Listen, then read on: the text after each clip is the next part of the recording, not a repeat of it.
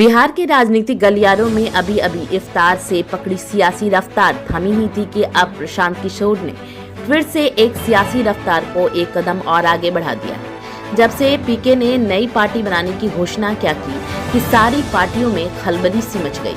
आखिर हो भी क्यों ना, पीके का इतिहास किसे नहीं पता। ये बात तो लगभग सभी दलों को पता है कि अगर प्रशांत किशोर कोई पार्टी बनाते हैं तो उसका असर पूरे बिहार पे पड़ेगा, क्योंकि बिहार के लोगों का एक बड़ा तबका कोई नए विकल्प के लिए बेसब्री से इंतजार में है। खासतौर पे युवा पीढ़ी प्रशांत किशोर को लेकर बहुत क्रेज में है।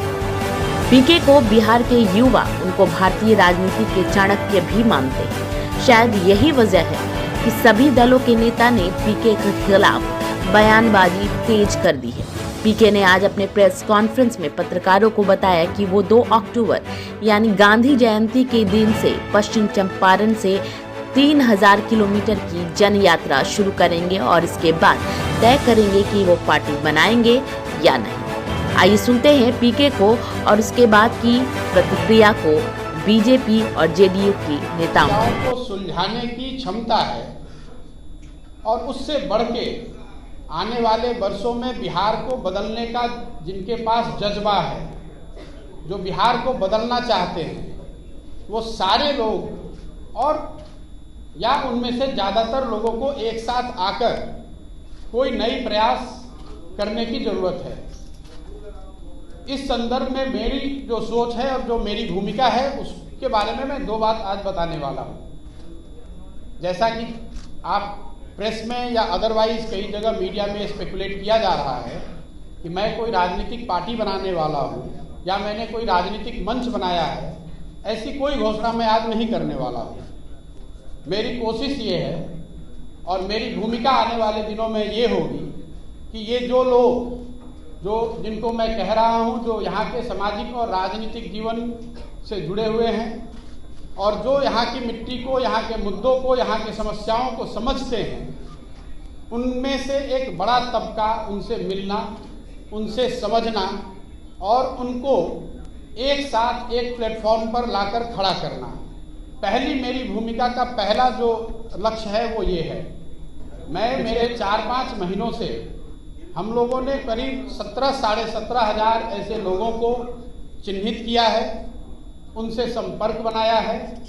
आने वाले 3-4 महीनों में मैं व्यक्तिगत रूप से इनमें से ज़्यादातर लोगों से मिलने वाला हूँ, उनसे बात करने वाला हूँ और जो जन सुराज की सोच है, गुड गवर्नेंस की जो सोच है और आगे उसको बिहार में उतारने के लिए, बिहार में उस अवधारणा को जमीन पर लाने के लिए जो करने की जरूरत है, इस संबंध में उनसे मिलकर उनसे बात करने वाला हूँ। इस संदर्भ में मैंने पिछले 3 दिनों में कोई 150 लोगों से मेरी मुलाकात हुई। सैंपल के तौर पे जो 17,500-18 हज़ार लोग हम लोग के साथ जुड़े हुए हैं, उसमें समाज के अलग अलग वर्गों के लोग, अलग अलग पृष्ठभूमि के लोग, राजनीतिक और गैर राजनीतिक दोनों। और मेरा अनुभव पिछले 3 दिन का ये रहा है कि करीब 90% लोग इस बात से पूरी तरह इत्तेफाक रखते हैं कि बिहार में एक सामूहिक नए सोच और नए प्रयास की जरूरत है।